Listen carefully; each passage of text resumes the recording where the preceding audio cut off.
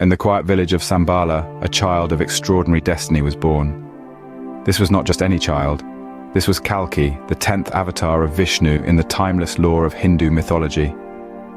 Born amidst humble surroundings, Kalki's arrival was far from ordinary. This was an era known as the Kali Yuga, a time of deep moral decay and spiritual bankruptcy.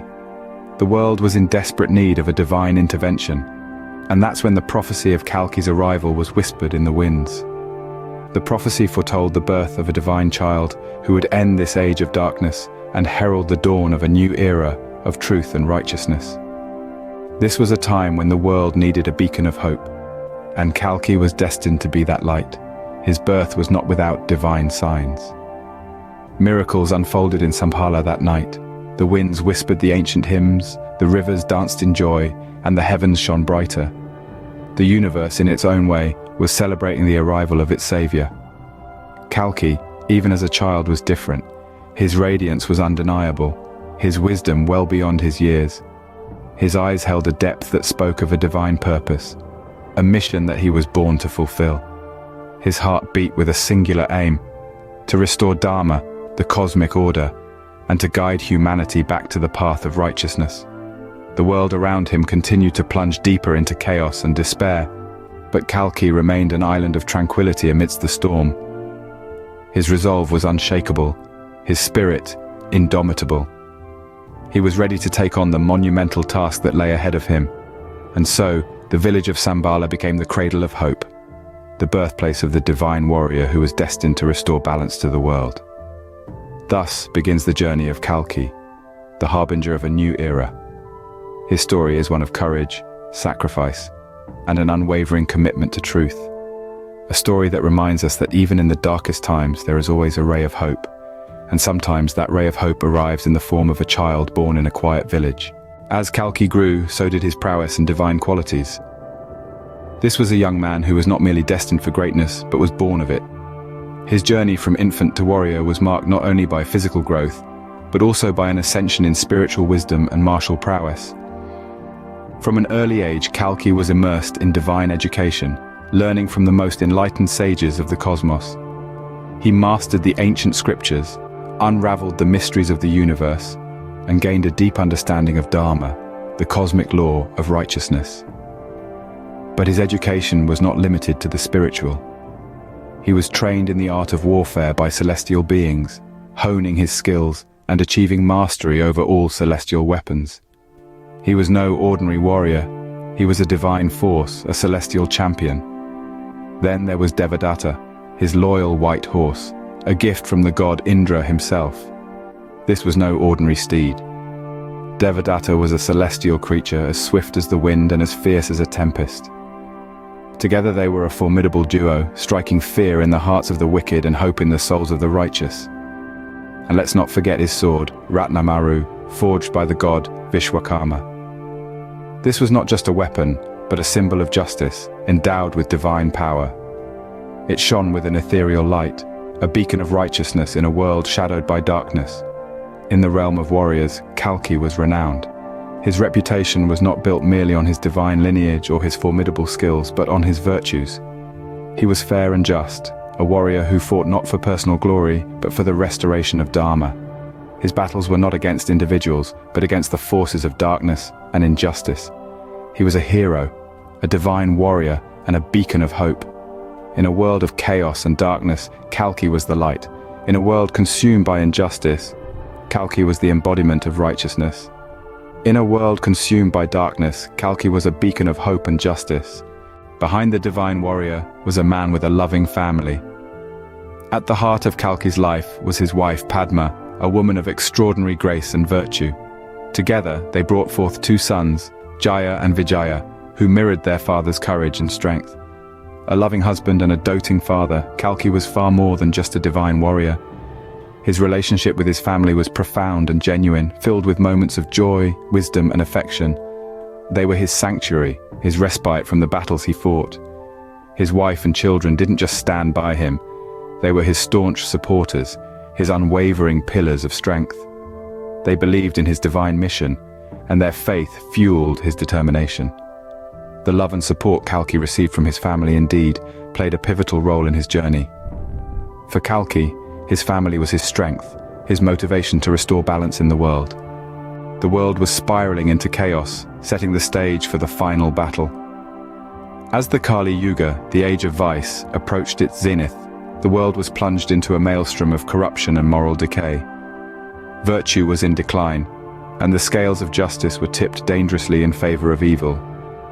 The once noble and virtuous society had been overshadowed by greed, deceit, and violence. The sanctity of truth was forsaken, replaced by a culture of deception and manipulation. The strong preyed on the weak, the rich exploited the poor, and the wise were silenced by the ignorant. The world was teetering on the brink of destruction, crying out for a savior to restore balance and order. Rising from the shadows of this dystopian world was the demon Kali, the embodiment of evil and chaos. His reign of terror was absolute, his power unchallenged. His dark influence seeped into every corner of the world, tainting the hearts and minds of the innocent and righteous. With every passing moment, his stranglehold on the world tightened, his darkness spreading unchecked. But in the midst of this escalating chaos, a beacon of hope remained. Kalki, the 10th avatar of Vishnu, stood resolute, his determination unwavering. He had witnessed the rise of Kali, seen the world plunge into despair under his rule. He knew the time had come to act, to end Kali's reign and restore Dharma, the cosmic law of order. Kalki's resolve was as steadfast as his divine sword, ready to cut through the darkness and bring forth the light. He was prepared to face Kali, to wage a war unlike any other. This wasn't just a battle for power or supremacy. It was a battle for the soul of the world, a fight to restore balance and uphold Dharma. The stage was set. The battle between good and evil was imminent. The skies roared as Kalki, the divine warrior, rode into battle. The heavens trembled, and the earth shook as the final showdown between Kalki, the 10th avatar of Vishnu, and the embodiment of darkness, Kali, began. On the battlefield, Kalki became a fearsome sight, his body radiating with divine energy. His eyes were ablaze, mirroring the unquenchable fire of righteousness burning within him. His heavenly steed, Devadatta, galloped with such speed and grace that it seemed to dance atop the clouds. Kalki, armed with his divine weapon, a flaming sword, was an awe-inspiring spectacle of celestial power. Kalki's strategic prowess was as potent as his physical might. He maneuvered through Kali's armies with the precision of a master tactician, his every move calculated and decisive. He struck with the force of 1,000 thunderbolts, his sword cleaving through the darkness, scattering Kali's forces like leaves in a storm. Even in the face of overwhelming odds, Kalki's determination never wavered. His resolve was as unyielding as the mountains, his courage as deep as the oceans. He stood firm, a beacon of hope amidst the chaos, embodying the divine promise of preservation and renewal. The pivotal moment came when Kalki, with a thunderous cry, charged at Kali. The heavens held their breath as the two titans clashed.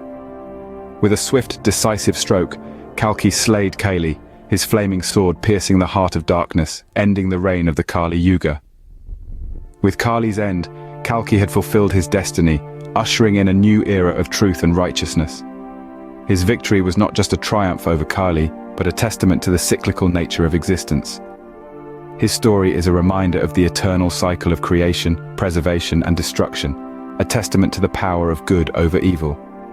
Kalki's epic battle is a symbol of hope, a beacon for mankind, reminding us that no matter how dark the night, the dawn is always on the horizon. With the end of Kali, a new era of truth and righteousness was ushered in by Kalki. As the dust settled on the battlefield, the world rejoiced.